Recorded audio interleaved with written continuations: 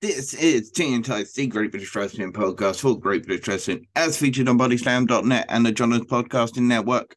I am the host of Great British Otaku, Mr. Andrew Moore, and to most. I am running solo this week.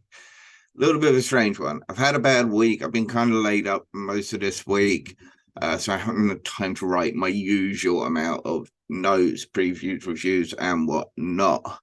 I have, however, had plenty of time to watch the WXW 16 Carat weekend, which is now available on the WXW Now 2.0 over on my YouTube channel. So what I thought is I have a short window right now of where my painkillers are about as peak as I'm going to get. And so as I say, I've got a short little window, and I thought rather than just leaving this week with no episode, because we hate to ever go a week without really putting together some sort of episode, that I would do some sort of new special, which is what I'm doing. I am going to be trying to review just the 16 Carat tournament itself, night 1, night 2, and night 3. In 16 minutes. So this is 16 Carats in 16 minutes, where I will be reviewing the 16 Carat 2023, as I say, in 16 minutes, hopefully. Now, I'm going to set a timer here. As I say, I've got no notes. I've got the results in front of me that I do have. I don't really have any notes of what I read about any of the matches and so forth. So we're kind of going to go off memory here. Let's see how we get on. As you can see, well, you can't really see. It's not coming up very well, the light reflection. It's set for 16 minutes. That's all I can tell you. You'll have to believe me when I say that. So when I press this button, I will start reviewing WXW 16 Carat 2023. So night 1, it kicked off with Francesco Akira picking up a win over Lawrence Roman in the first round matches. 8 first round matches, all in night 1. Francesco Akira, Lawrence Roman. This is a really good match. Lawrence Roman, the Pitbull of Amboss. It's kind of an apt nickname for him. So aggressive, even in just a simple lockup. Really aggressive. Slowed things down to a peak, but Akira is able to pick the pace back up, bringing in some of that strong style. Excellent, a strong match to open the show. Next up was Tristan Archer and Mike DiVecchio. Mike DiVecchio was replacing the out currently injured Jörn Simmons. So Mike DiVecchio is the Belgian War Machine. This is the first time I've seen the Belgian War Machine. I'm very, very, very impressed. And I tell you, I think WXW were very, very impressed as well. We'll get into that a bit more. But these were I would say, the two strongest pound for pound in the tournament. Archer and DiVecchio. Two real powerhouses, but both of these guys can also soar around the ring. And I would say what really led Archer to the victory was just Archer's experience, just overcoming this pure raw power athleticism that is Mike DiVecchio. Like I say, big fan now. Even though he had 2 matches, I've seen him twice. I'm very, very impressed with this man. The way he, I would guess 6'2", maybe 6'3", hugely built, and the way he just soared over the top rope on a couple of dives, absolutely fantastic. This was a really great match. Very impressed with both of these guys. Archer did pick up the win to advance in the tournament. Masha Slamovich and Fuminori Ari had the shortest of the first round matches, and this was a nice sprint that was really hard hitting at times, and a massive win for Masha Slamovich. She matched Abe blow for blow. This was just a great match. The two had faced previously back at World Tag Team Festival during the Inner Circle match where Abe had won. So this is Masha Slamovich getting that victory back and advancing in the tournament. Of course, Masha Slamovich is the second woman to ever compete in the 16 Carat Gold after Lufisto did it last year. Shigehiro and Abe and Medahan then took on the, the main event of the first half of the night one. Really solid match. Medahan pulling every type of dirty, underhanded tricks. Maybe stayed around a bit longer than it needed to, but Abe picked up the win here and he advanced into the tournament. Peter Tihani versus Trey Miguel kicked off the second half. And wow, these two, I mean, Trey Miguel he is absolutely something special. I have no idea why the WWE didn't actually pick his contract up along with Zachary Wentz and who is now Wesley. I can't remember what his name was back. But the Rascals, the X Division champion, super athlete, excellent wrestler as well. And he, at first he took on the kind of heel role in the match, and just due to the fact of how popular Peter Tahani is in Oberhausen in Germany, doesn't matter who you are going to get booed if you are facing Peter Tahani at Oberhausen, Germany. As I say, two very athletic guys. Trey Miguel dominated for a long early on, but Peter just kept getting more and more into it and started to really match up blow for blow, move for move. Excellent. Big win for Peter Tahani, a massive win over the current Impact X Division champion. Commander and Erez were up next. It's the first time I've ever seen Commander and Erez.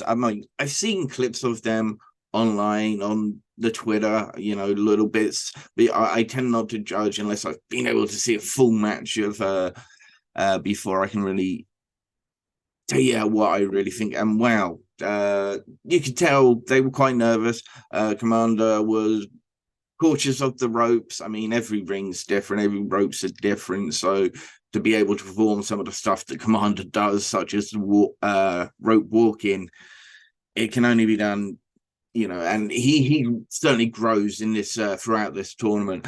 I would actually admit that I was more impressed with Erez as a performer, as a complete performer. He did some phenomenal things as well. Both of these guys, superb. I'll get more into what these guys can do in another part. Axel Tisca then defeated Davey Richards in what would be a technical, hard-hitting match. Really, pivotal of what you would get from a Tisca and Davey Richards, but I don't really want to talk about Davey Richards considering what's just come out, but big win for Tisca. Ahura and Maggot then took on what was probably the most brutal match of night one. These guys literally straight into the outside, throwing each other all over the places into the chairs. This actually, Ahura eventually wins the match by ripping out Maggot's nose piercing before delivering something waterfalls, which is kind of, I guess, like a Dolph Ziggler zigzag.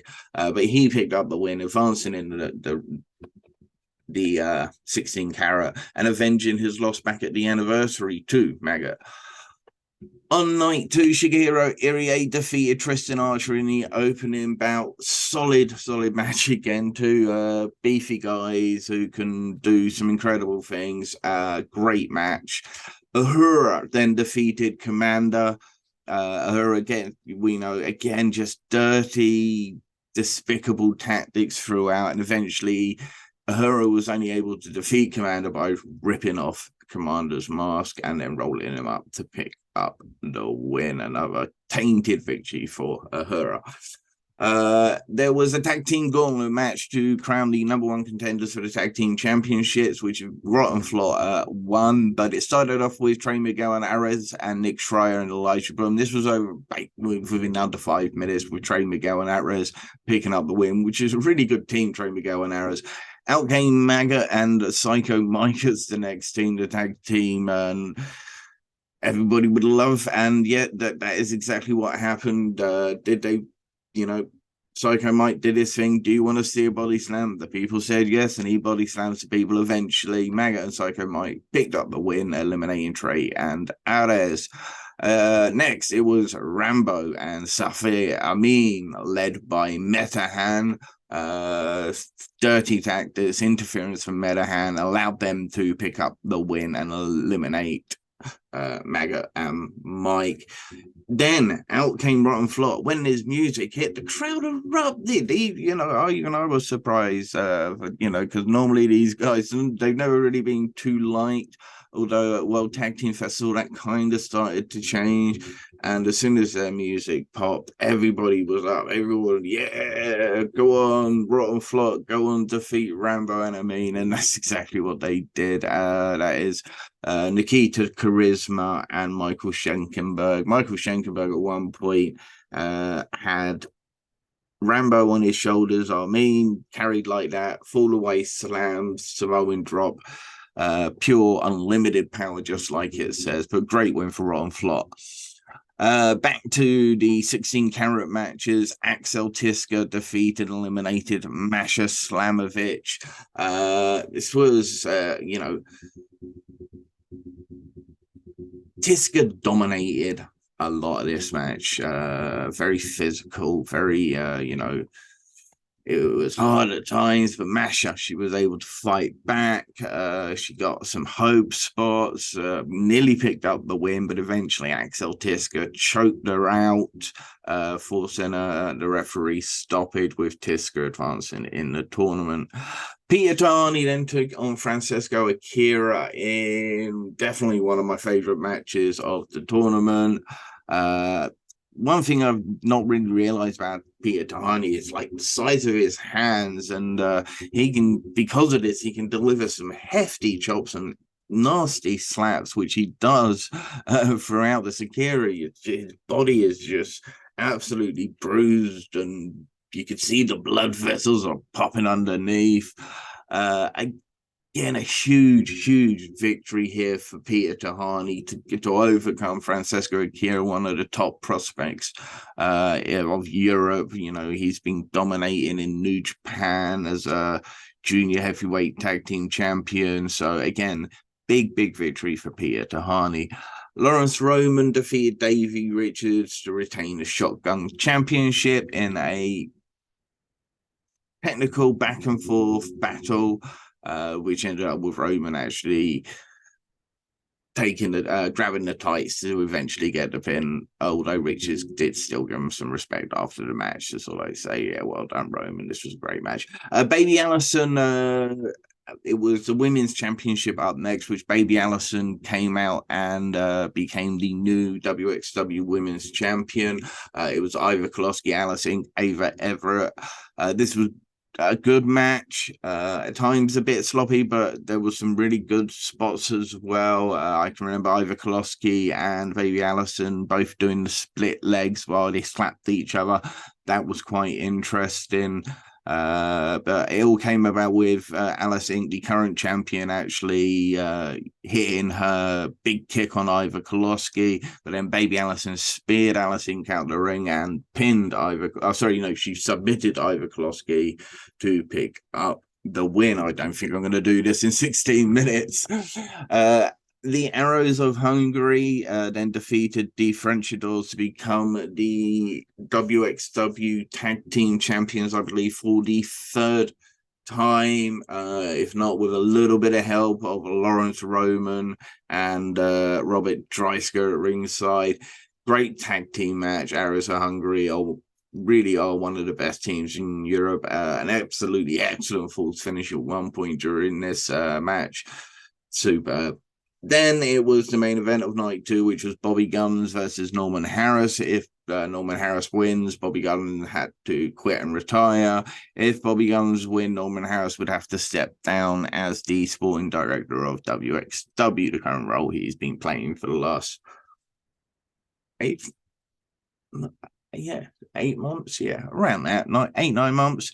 Either way, Norman Harris decided to make this a no disqualification match.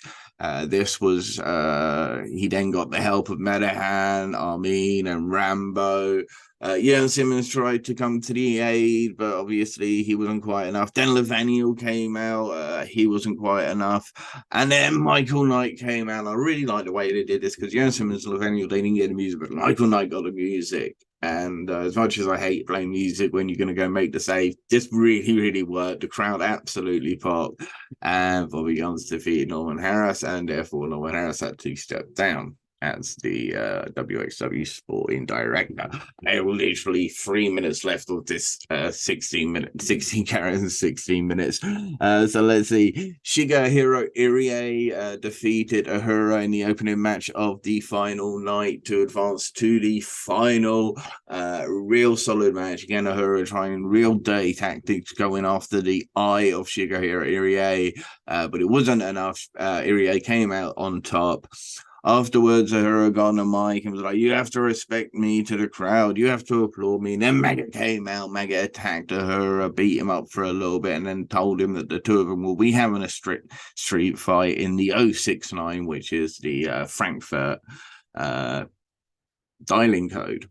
And so it is going to be a Frankfurt street fight between Maggot and Ahura at 16 Carat Revenge. Axel Tiska defeated Peter Tahani.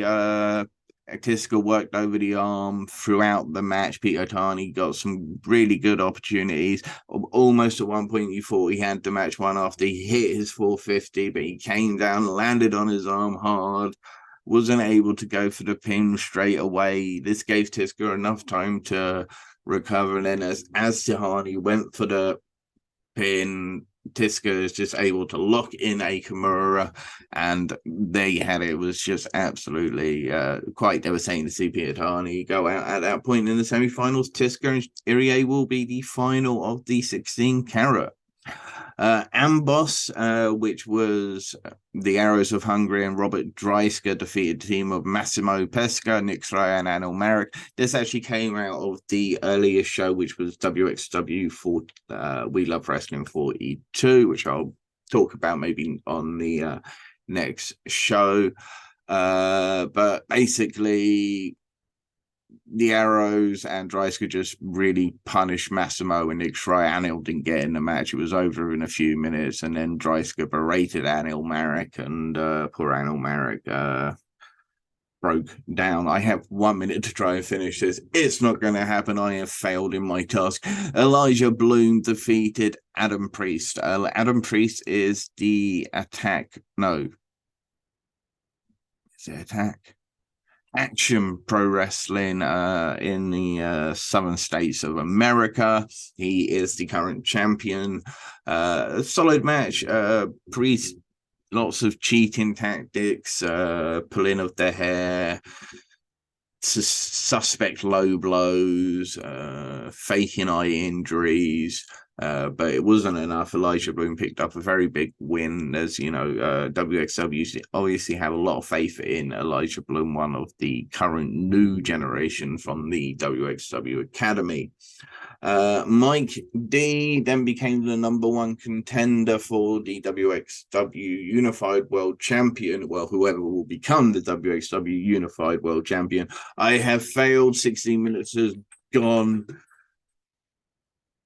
Terrible. I will continue though.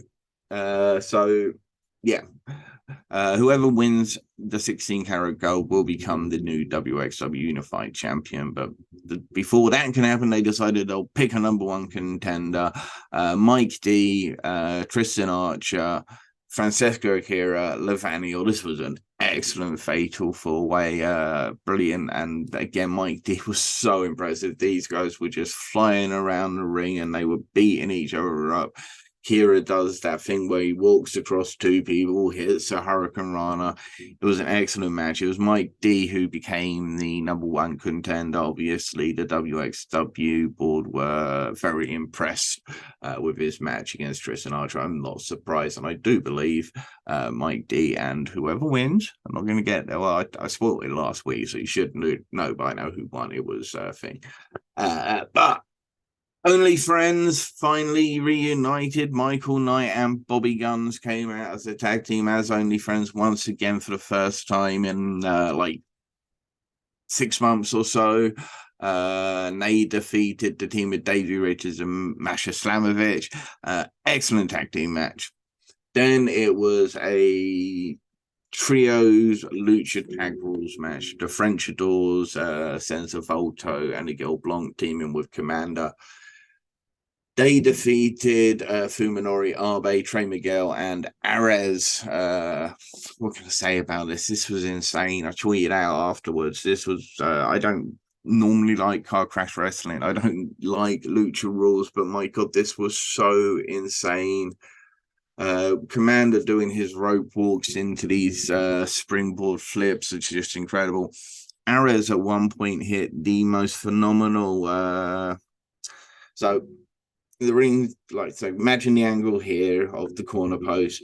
He comes up, runs, does a one-footed springboard moonsault over the other corner into the crash landing. Then the Commander came running down the ropes and did a Asai moon. It was just insane. Every one of these guys, and the crowd were off their feet by the end of this match, throwing money into the ring, which is apparently an old lucha tradition. German fans are really respectful of a lot of wrestling sort of traditions. So when Commander and Ares fought in the first round, they threw money in the ring at that one, and they did so again after this six-way match, and it was. I can only just say you have to watch it to believe it. It's the only thing I can say, really. In the end, Shigehiro Irie, Axel Tisca were going to fight out for the 16 carat final, who was going to become the new WXW Unified Champion. Hard fought battle. Shigehiro Irie able to overcome the choke. Sleeper hold chokehold that Axel Tisca had locked in. He tried to reverse it, tried to choke Axel Tisca out. He couldn't. Eventually, he just rained down like the Danielson elbows with the referee pulling a stoppage with Shigehiro Irie coming out on top. So, eagle-eyed viewers out there will probably notice the fact that the lighting has changed, and I have also changed outfit, and that is literally just because was finishing recording yesterday, pain set in, I rushed the ending, and I wasn't happy, so I've decided to come back and to redo the ending to the 16 carat in 16 minutes. As I say, done my 16 minutes. You really, honestly, 60 minutes does not do 16 carat justice, and you should go sign up to WXW Now 2.0 and check out the whole tournament. It is absolutely insane. So to just quickly finish up, I'm just going to give you my top 5 matches of the tournament and my top 5 performers of the tournament. So with matches, in at number 5 is the tag team gauntlet from night 2, which Rotten Flop won to become the number 1 contenders to do the tag team championships. This was a fantastic match. The team of Trey and Ares was really unique, and I'd like to actually see them team up more often. I thought they really complemented each other. I would also note the fact that the team of Psycho Mike and Maggot was absolutely hilarious. It is literally the tag team that nobody knew they wanted, but everybody needed. And then finally, just a pop that Rotten Flop got, as I briefly mentioned, the fact that when they faced Amboss in the World Tag Team Festival, the fans started to somewhat changed their opinion about them, and it was a huge pop for Rotten Flop. And they are a great tag team, Michael Schenkenberg and Nikita Charisma, and it was a big win for them. So that was my number 5 match. In at number 4 would be Mike, the Fatal 4-Way for the number 1 contendership of the WXW Unified Championship from night 3. What can I say about this? This was absolutely fantastic. It was the second time I got to see Mike DiVecchio in action, and some of the things that this huge hulking man did is absolutely insane, really. He is a phenomenal athlete. Tristan Archer is, for me, one of the most reliable. What's the word I'm looking for? But he's guaranteed to always give you a good match, regardless of who he's facing. You're always going to get a really good match. Tristan Archer, Francesco Akira, again, he flew around the ring. He provided a bit more of the high flying, high speed action. Lavania was actually taken out of the match due to Norman Harris arriving, but so that's something that's going to continue. It was an excellent match, and that's why it is my number 4. And I'm breaking a rule here, and then number 3 is the Lucha Tag Team match. Now, if you've been around and you've heard of some of our top 5s before, you would have always heard me say, not really a fan of these huge multi-man matches. But this was insanely good. It was absurd just how amazing all 6 of these guys were. Fuminori Abe absolutely made me laugh at times because obviously everyone's doing high-flying lucha. And at one point he looks like he's going to dive through the ropes, and then he just kind of walks through the ropes and then kicks somebody in the face. That was really good. And then there was another point where Abe was on the top rope looking like he was about to dive down and do something, but no, he just jumped down and punched, I think it was... Who was it? It was... Gil Blanc. So that was quite hilarious. Ares did this, oh my god, the one-footed moonsault over the opposite side corner ropes. It was insane. And some of the things that Commander can do absolutely, blows your mind. The rope walking and jumping and springboarding onto the other side of the ropes. It's again, it's something you have to see. And then the Frenchadors, Gil Blanc, Senza Volto, they really showed that they are luchadors in this match. They can keep up with the rest of the luchadors.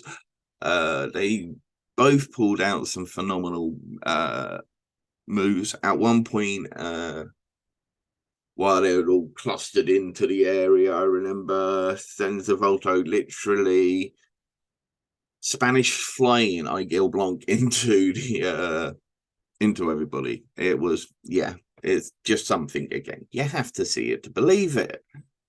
So it makes my number 3 spot, and that's something I never thought I would do, but honestly, it deserves it, so it's going to be there.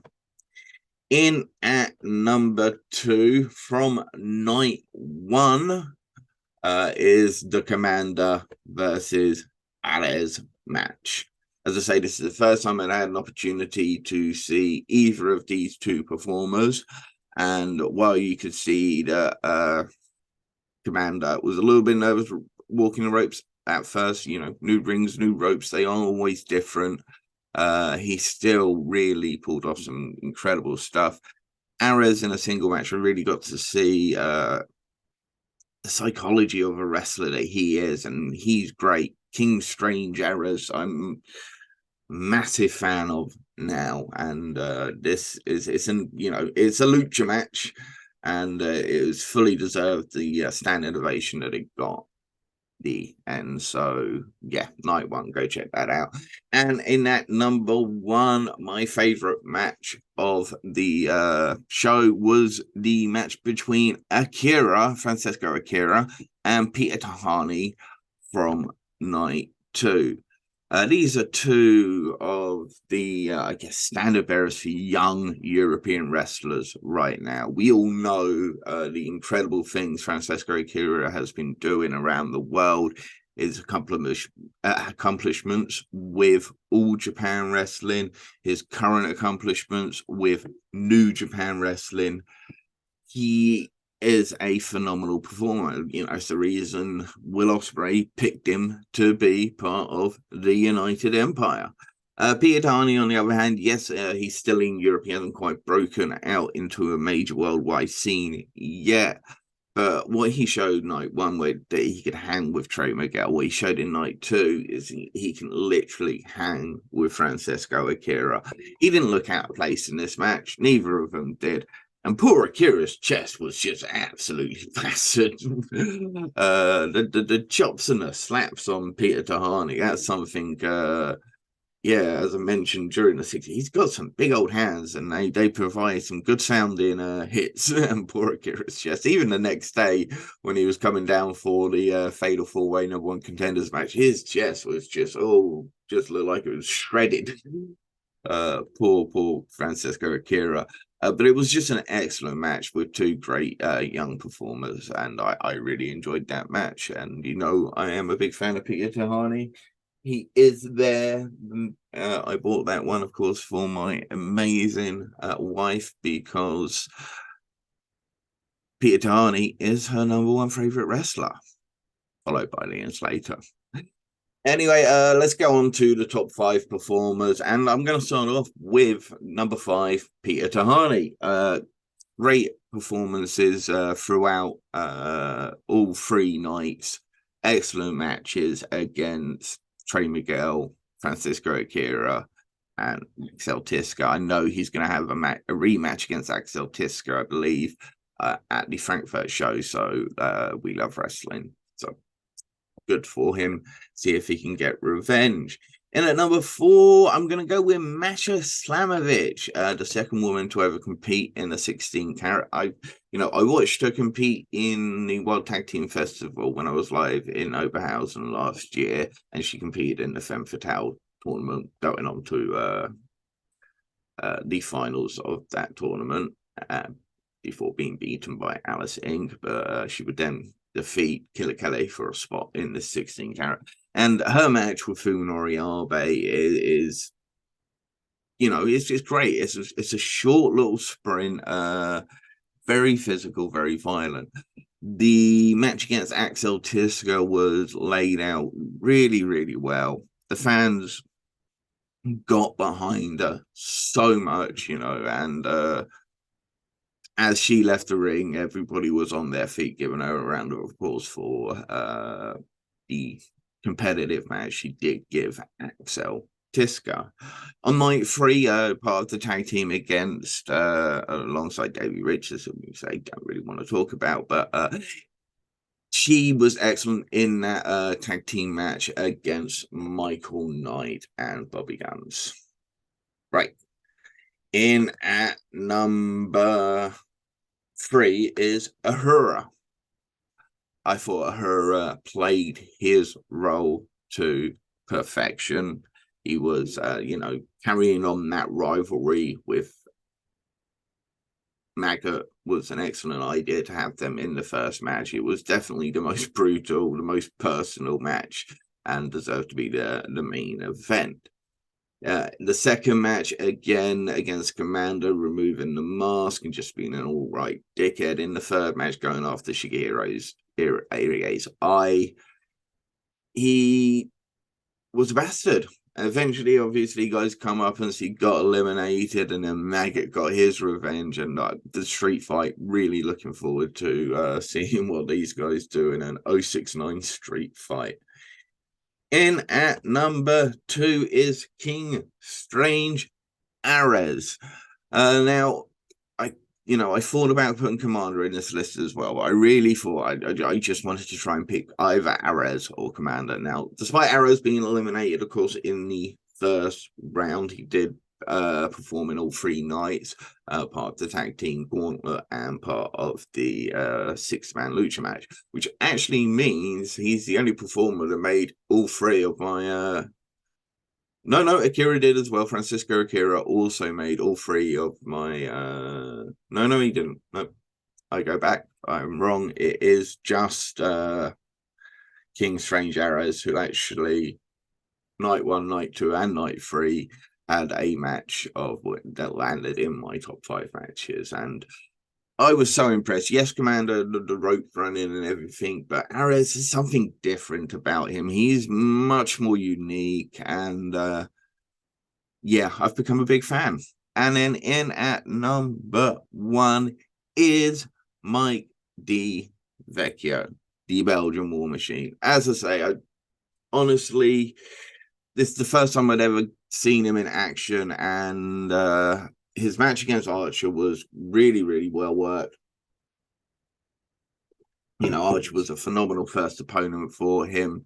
And obviously, he not just impressed myself, but he impressed the top brass at WXW, because he would go on to win the number one contenders match, that fatal 4-way match, which was absolutely excellent. And big win for Mike D. And him versus Shigeru Irie should be a really good match. Two big, beefy lads are going to batter each other. And I absolutely look forward to seeing that when that happens. Overall, let's give these scores for night one. Would definitely be 3.75 on my sugar rating scale. Night two would go up to a 4 sugars in my tea, please. And then night three, I'm going to raise it again. I'm going to go 4.25 sugars in my tea. Absolutely excellent. It featured 2 matches in my top 5, as did night 2. I think each night just kept getting better and better. As an overall for the whole tournament, definitely, given the average of 4 sugars. So overall, I think it was absolutely fantastic. Go watch it. WWX Now 2.0. It's on YouTube. $8.99 a month. And it's not just WXW. You've got APC cat shows will stream on the channel, as do Body Slam from Denmark, Body Zoe from Belgium. Belgium. Wrestling Cult from Germany. I think there's a couple more. As I say, it provides a lot. And the 16 Carat, the World Tag Team Festival, they are 2 of the biggest events in Europe. And I recommend going to them. I wish I had been at 16 Carat this year. I was hoping I could, but just due to finances, it just wasn't going to be possible for me this year. But I hope to get out there for 16 Carat at some point. Anyway, make sure you do check into our next episode, which will be back proper episode, as we bring you the biggest, latest news from the British wrestling scene. We'll be looking at what the British guys are doing over WrestleMania weekend.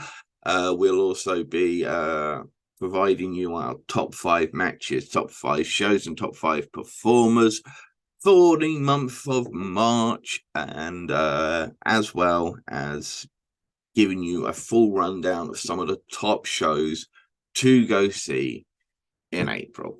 So look, with that said, don't just support British wrestling, support European wrestling, support American wrestling, support independent wrestling, support podcasts that support independent wrestling, and remember, don't feed the trolls.